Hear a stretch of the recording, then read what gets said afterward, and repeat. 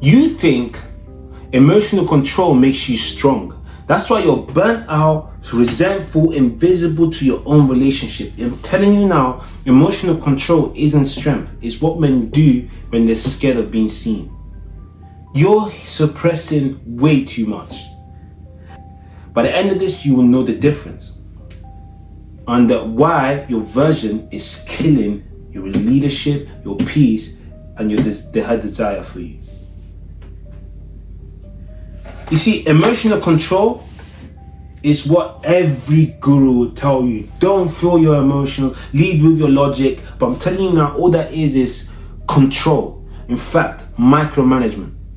You call it discipline because you are able to detach yourself from how you feel. And I'm here to tell you that's the fear of feeling. You're not leading, you're surviving. Now, emotional strength, that is mastery. The man with emotional strength doesn't flinch when it gets messy. He owns it.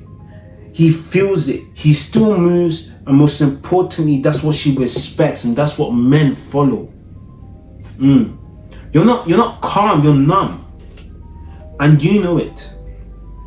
You see, I tried emotional control. I stayed calm whilst I was dying inside. In fact, I avoided tension. I kept the peace. And I did all that was required of me except for nurture my own power. And I find that so many times, you see, guys, the red pill teaches you how to get women. And it works. It worked for me. I was fat. I decided to get fit, get a better job, get a better car. I had better options, sure. But when it came to keeping them, that's a different story. They saw emotional control. They didn't see emotional strength. I was able to control my emotions and say, I'm going to detach. I was heartbroken, so you don't need to deal with my emotion, you can deal with me.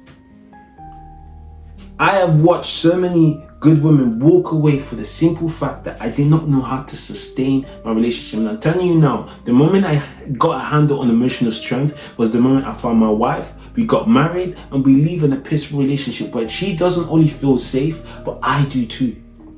So many guys come to me and say, oh, you know what, I can't really open up to my missus because she may use that against me. Yeah, because you're controlling your emotions and you want someone else to control them for you. That's why she can't open up. It's nothing to do with her. Some of us want to trauma dump our partners and expect them to just pick up the mess and say, why are you not handling it? You haven't handled it yourself. You see, the world will tell you that emotions are weak. The same way the world will tell you that if you put steroids on your body to look like a decent man or a man with a good physique, it's cool. Your penis may not work, but hey man, it's cool. You look good. You may have erectile dysfunction, but hey, as long as you look good, right? BBL, yeah, risk of death, but as long as you look like a... So in a second, I'm going to break down 3 lies men believe that make them think control is strength, and how those lies are costing me everything. If I feel it, I will lose control. No, if you avoid it, it controls you in silence. Oof. I want you to let's go again. Let's go again, because honestly, the script today is fire. I'm excited for you guys.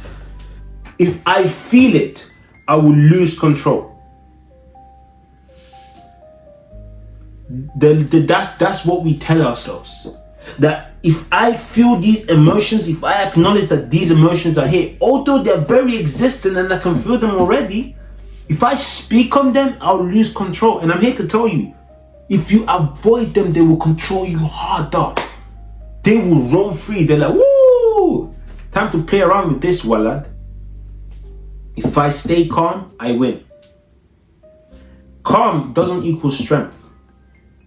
It equals safe. And safe isn't what earns respect. So instead of using the idea of keeping calm or being able to detach from your emotions, how about you use it to empower your decisions? I'm angry. I feel the anger. So I'm going to use the anger for this specific task. No, I go red. What does that mean? What does that actually mean? I used to say that all the time. Yeah, I can take it, I can handle it. But the moment someone pushes me to the max, I go red. And I thought this was a thing. I thought it made sense. And when I explained it to people, that's fair. It sounds pretty, What? I go red. So I'm basically saying I'll be a wallad until someone understands that they're pushing me to be a wallad, and then they can now push me even further into me punching them up. That's what I was saying. So the person is in control of my emotion throughout. So if I stay calm and win is your belief, I need you to understand that you are allowing people deliberately to disrespect you. You're allowing people to deliberately say, it's okay for me to disrespect this man. Until you understand that you need to put a stopping box and say, listen, you are not going to do that. That's where the line stops. That's how the line stops. No. It's not because and it's not even about anger. It's about utilizing my anger to say, listen, no. This is where we end.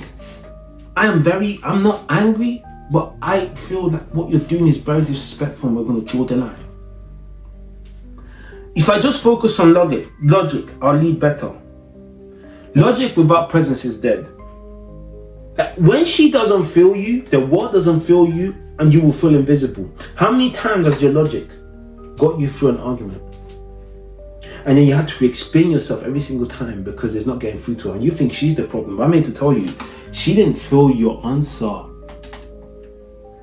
She didn't feel that you believed what you were saying. Have you ever had a conversation? So as a public speaker, sometimes when you talk to people or you share your information, you need to get your body to speak for itself. Because if I'm now sharing something and I'm like this, so this is what I'm gonna share today, and that could be very logical. I could say the right things, but because of how I delivered it, guess who's listening to me? No one. Listen, let's say the same sentence. Okay, I'm gonna say the same sentence. If I focus on logic, I'll lead better. If I focus on logic, I'll lead better. I want you to listen to me, babe. I don't know the way you're speaking to me. What do you think the difference is? And that is simply because you're not using your emotions to empower you. You're not using your courage. You're not using your energy to be redirected into sharing what it is you want to share. People, this is an energy transfer right now. I'm not here, but you can feel what I'm saying. Why? Because I am transferring energy to you through the screen. If I didn't and I was like, I'm just gonna say whatever the thing said, you could feel that too, right? So energy transfer. When you're speaking, speak with passion. When you're having an argument, discuss to listen and to be heard. Next, I'll break down how to flip this, okay? And I kind of already started, but the aim here is I want you to start building emotional strength that commands respect without begging for it.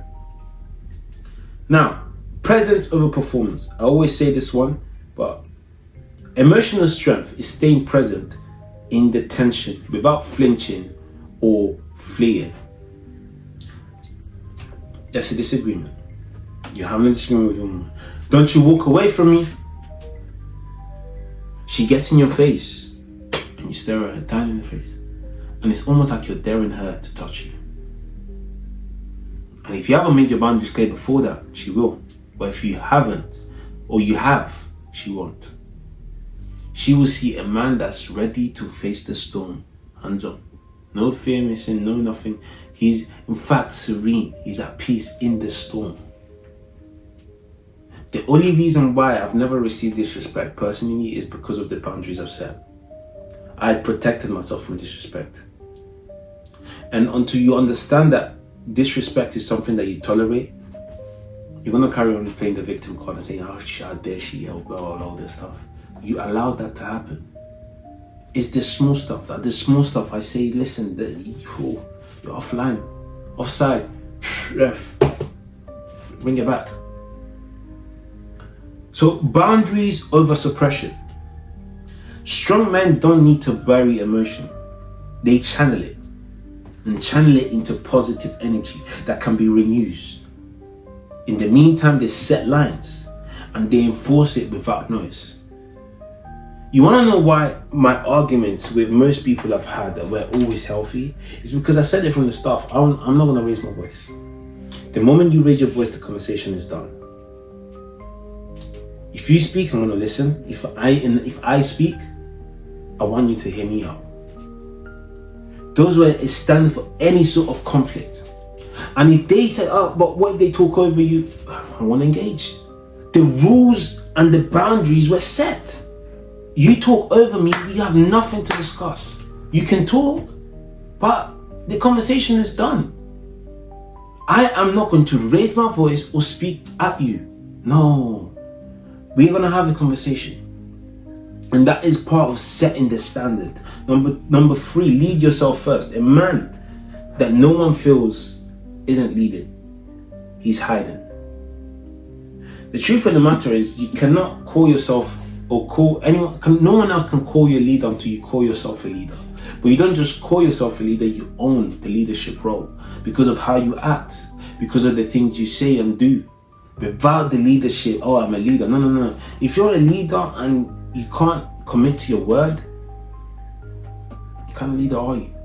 If you're a leader that says something and does the opposite and doesn't make it aware or over promises and under delivers, what kind of leader are you?